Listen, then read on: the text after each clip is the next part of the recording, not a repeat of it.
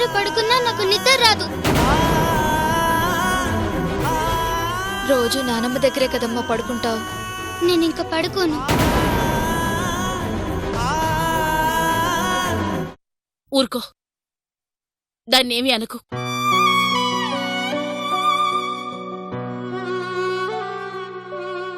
దాని మనసుకి ఏమనిపిస్తుందో, ఎందుకు ఈ విధంగా ప్రవర్తిస్తుందో అర్థం కావడం లేదు. నా మీద నీకు బాగా కోపం వచ్చింది కదూ.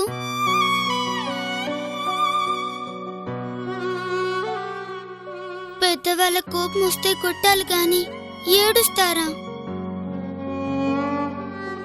నిన్నేడిపించాను కదా, నన్ను కొట్టు నానమ్మా.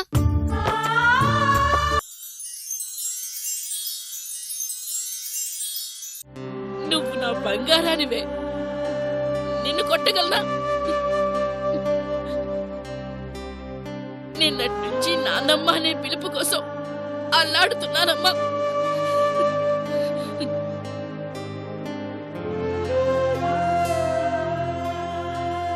ఏడుపంటే తెలియని నన్ను ఏడిపించావు కదమ్మా.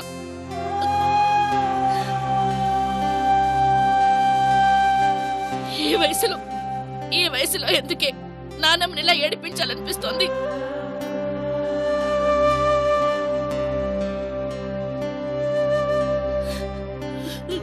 నువ్వు ఈ ఇంటి మహాలక్ష్మివి తల్లి. నీ మొహంలో నవ్వు లేకపోతే ఈ ఇంట్లోనే నవ్వు లేదు, చూసావా?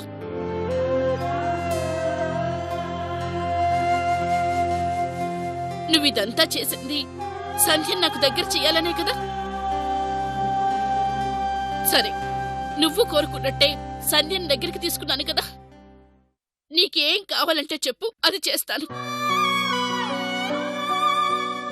నువ్వు చెప్పింది వింటాను. నాకు మాత్రం దూరంగా వెళ్ళకు. నన్ను ఏడిపించకు.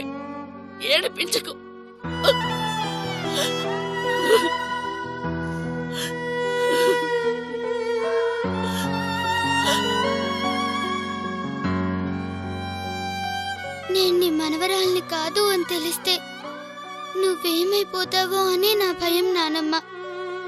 అందుకే దూరంగా ఉన్నాను.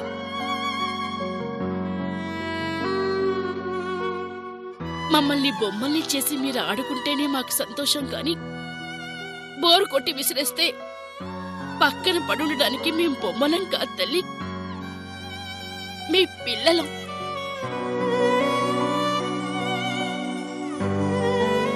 వద్దు బంగారం, ఇంకెప్పుడు ఇలా చేయకు. ఈ నానమ్మ తట్టుకోలేదు తల్లి, తట్టుకోలేదు. సరేనా?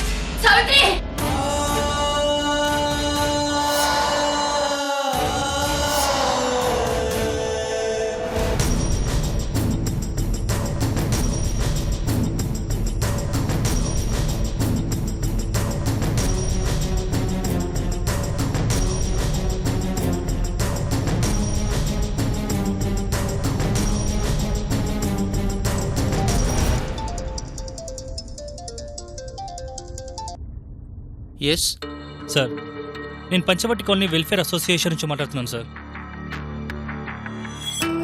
మాట్లాడేది రాజశేఖర్ గారేనా? అవునండి, నేనే మాట్లాడుతున్నాను.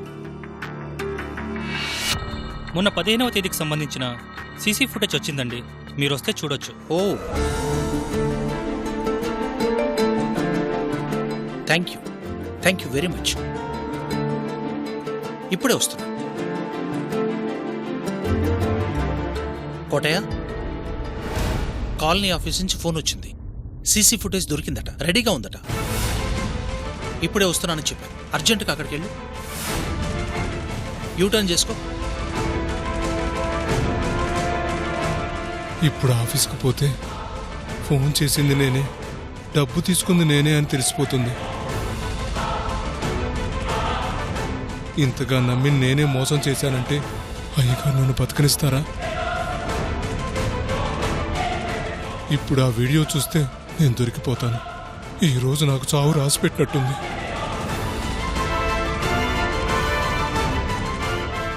ఎలా అయ్యగారు చూడకుండా ఆపాలి?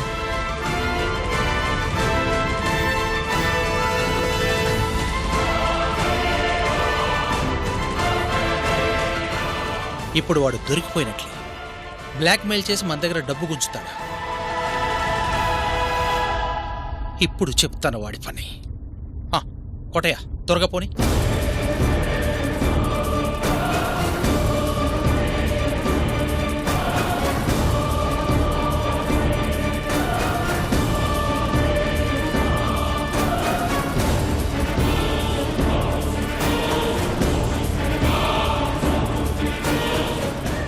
ఆడదాకా పోతే కదా ఇబ్బంది. పోనీకుండా కారు ఆపితే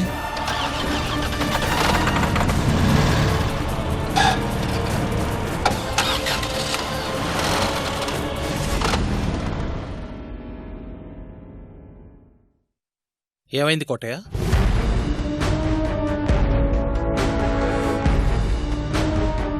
కారెందుకో దానంతటదే అయిపోయిందయ్యా. చూస్తానుండండి అయ్యా.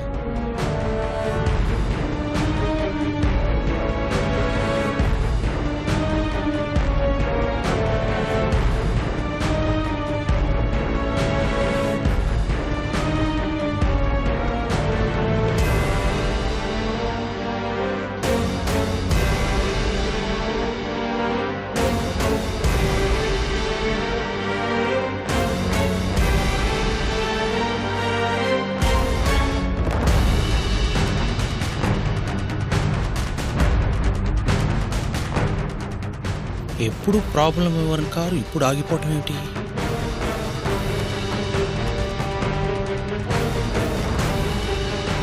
ఏం చెయ్యాలి? ఎలా అయ్యగారు ఆ వీడియో చూడకుండా చెయ్యాలి?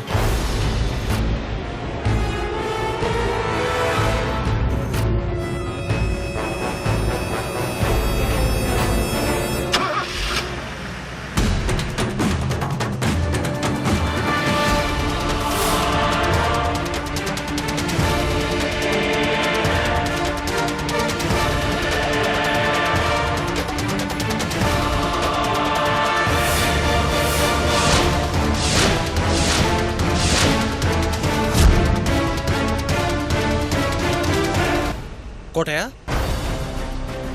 బాగానే స్టార్ట్ అయింది కదా, ప్రాబ్లం ఏం లేదే? అయ్యా అది బ్యాటరీ వైర్ లూజ్ అయింది. సర్చ్ చేశానయ్యా. సరే, నువ్వు వచ్చి కూర్చో. మీరు దిగండి అయ్యా, నేను డ్రైవ్ చేస్తాను. లేదు, నేనే డ్రైవ్ చేస్తాను. నువ్వేదో కొంచెం డిస్టర్బ్డ్గా కనిపిస్తావు. పర్లేదురా, పర్లేదులేరా. అలాగేనయ్యా.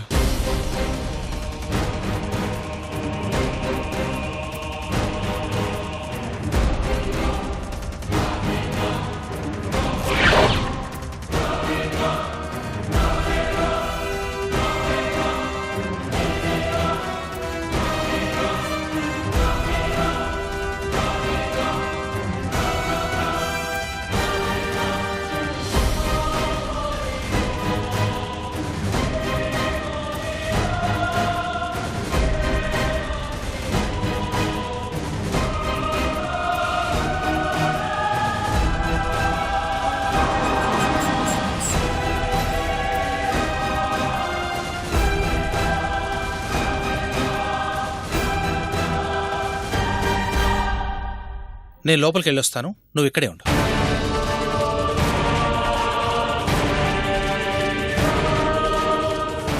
అయిపోయింది. ఈ రోజుతో నా పని అయిపోయింది. అయ్యగారికి అంతా తెలిసిపోతుంది. నేనింత నమ్మక ద్రోహం చేశానన్న నిజం తెలిసాక ఇక నేను బ్రతికుండటంలో అర్థం లేదు.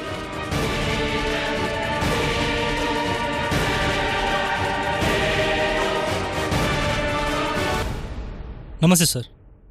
సీసీ ఫుటేజ్ రెడీగా ఉందన్నారు? అవును సార్, నేనే కాల్ చేశాను. ఒక్క నిమిషం సార్.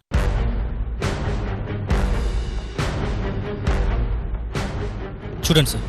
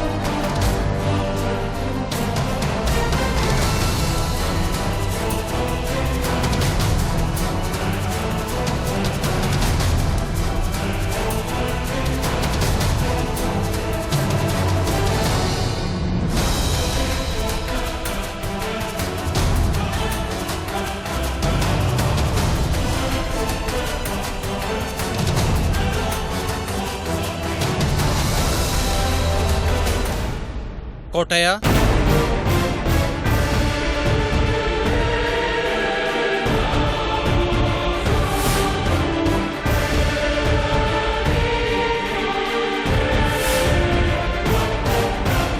కోటయ్య,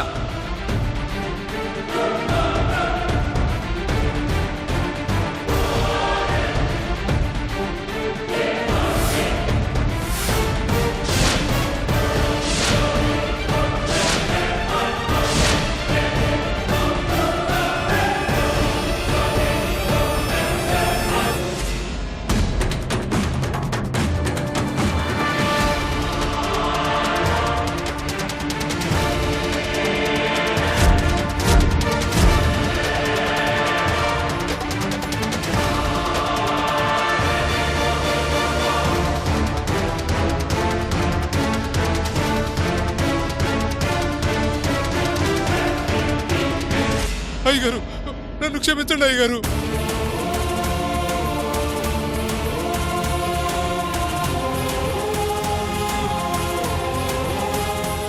తప్పు చేశారయ్యా, తమరికి ద్రోహం చేశారు. తప్పు చేశావా? నన్ను క్షమించండి అయ్యా, క్షమించండి. కోటయ్య, ఏం తప్పు చేశావు? క్షమించటం ఏమిటి? ఏం మాట్లాడుతున్నావు? అది అది అది తమరికి తెలియకుండా నేను చెప్తానండి.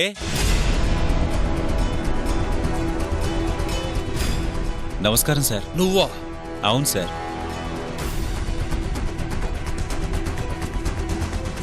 మా బావ నాతో కలిసి వ్యాపారం చేస్తానంటే మీరు ఒప్పుకోలేదంట.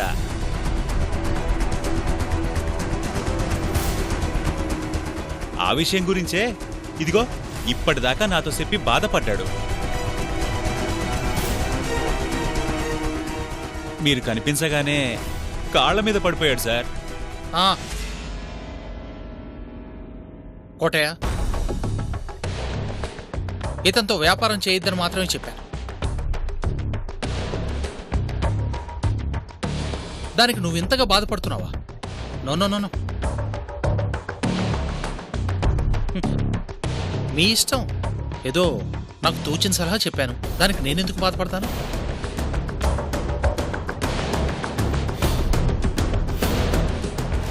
కోటయ్య, వాడు తప్పించుకున్నాడు.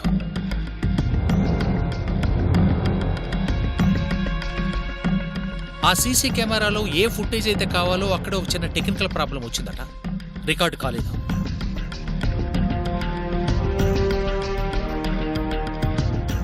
చూద్దాం, ఇప్పుడు తప్పించుకున్నాడు, దొరకపోడు కదా.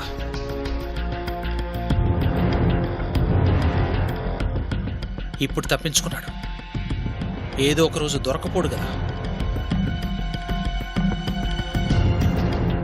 కోటయ్య, కార్తీ వెళ్దాం. సరేనయ్యా.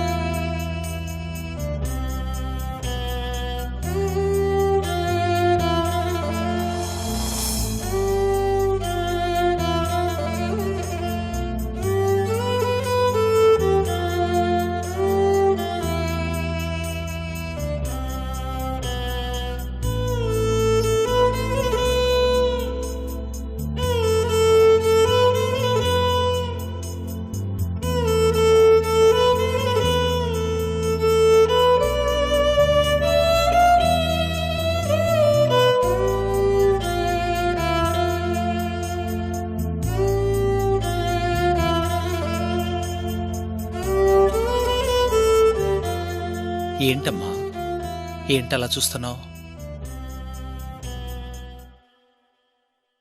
మా నాన్న ఎంత మంచివాడా అని. అందరు నాన్నలు ఇలాగే ఉంటారు, మంచిగా ఉంటారు. మీలా ఉండరుగా నాన్న. అమ్మా, ప్రతి కూతురికి నాన్న మంచిగా ఆనందంగా కనపడతాడు. అవును, ఏంటమ్మా ఈ మధ్య అదులో ఉంటున్నావేమిటి? నీకేమైందోనని నానమ్మ, నేను, అమ్మ, చెల్లి ఎంత బాధపడుతున్నావో తెలుసా? నేను బాగానే ఉన్నానుగా. ఏమిటి ఇలా మరోజుగా ఉంటే బావున్నట్లా? నేనుండాల్సింది ఇలాగే కదా నాన్న. ఎవరు చెప్పారు ఇలా ఉండాలని? నా కూతురు కింద పడుకోవటం ఏమిటి, ఇంటి పనులు చేయాలనుకోవటం ఏమిటి? మరి మీలాంటి మంచి వాళ్ళ రుణం ఎలా తీర్చుకోవాలి? రుణం? రుణమేమిటి? సిల్లిగా మాట్లాడుతున్నావు ఏమిటమ్మా? అయినా తండ్రి కూతుళ్ళ మధ్య రుణం ఉంటుందని ఎవరు చెప్పారు? నేనిలా ఉండటానికి కారణం మీరే కదా నాన్న. ఇది రుణం కాదా? అమ్మా, ఏంటిది? చిన్నపిల్లలు మాట్లాడవలసిన మాటలేనా? నువ్వేంటమ్మా ఇలా బిహేవ్ చేస్తున్నావు? చూడు, రుణం అంటే మనం ఎవరి దగ్గరన్నా డబ్బు తీసుకుని చెల్లించలేకపోతే దాన్ని రుణం అంటారు. రక్త సంబంధాల మధ్య రుణాలుంటాయా? అమ్మా, నీకివన్నీ ఎవరు చెప్తున్నారో కాని అస్సలు ఎవరు చెప్పినా వినద్దు. అలా ఆలోచించొద్దు తల్లి. నేను మీ అమ్మాయిని కాదని నాకు తెలుసు నాన్న. అనాథం తీసుకొచ్చి అమ్మతో సహా అన్నీ ఇచ్చావు. రేపు నిజం తెలిస్తే నా వల్ల నువ్వు నానమ్మ బాధపడకూడదు. అందుకే ఇలా. అమ్మా, నువ్వు ఇలా ఉండటం వలన నాన్నమ్మ చాలా బాధపడుతుంది. నానమ్మని ఇలా బాధ పెట్టచ్చా? చిన్నపిల్లలు ఎలా ఉండాలి? నవ్వుకుంటూ ఆడుకుంటూ సంతోషంగా ఉండాలి. నానమ్మ భోజనం చేయట్లేదు. ఎందుకో తెలుసా? నువ్వు నానమ్మతో మాట్లాడట్లేదంట, నానమ్మతోటి ఆడుకోవట్లేదట. పెద్దవాళ్ళని అలా బాధ పెట్టచ్చా? ఇక నుంచి సంతోషంగా ఆడుతూ పాడుతూ ఆనందంగా ఉండాలి. ఇలా ఇలా మూడిగా ఉండకూడదు, సరేనా? నానమ్మ దగ్గరికి వెళ్తావు కదా?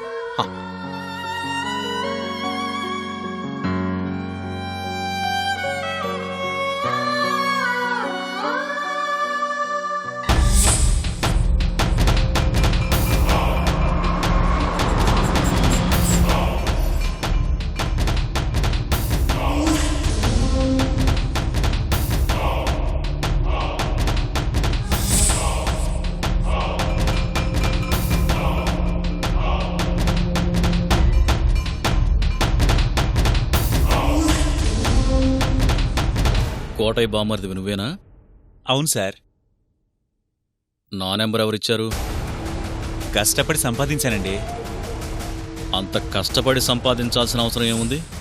చెప్పాను కదండి. ఏదో సీక్రెట్ చెప్తాను రమ్మన్నావు, అంతేగా? అంతేనండి. కానీ ఆ సీక్రెట్ మీకు చాలా ఉపయోగపడుద్దండి. నాకు ఉపయోగపడేది నీకన్నా ముందే నాకు తెలుస్తుంది. మా బావలాంటి వాళ్ళు సొంత బావమర్దిని నా దగ్గరే తొక్కేస్తుంటే మీదాకా ఎలా వస్తుంది? కానీ ఆ విషయం మాత్రం చిన్నది కాదండి. సరే, ఆ సీక్రెట్ ఏంటో చెప్పు. చెప్పడానికే కాదు సార్ ఇంత దూరం పిలిచింది. మరి చెప్పినందుకు నాకు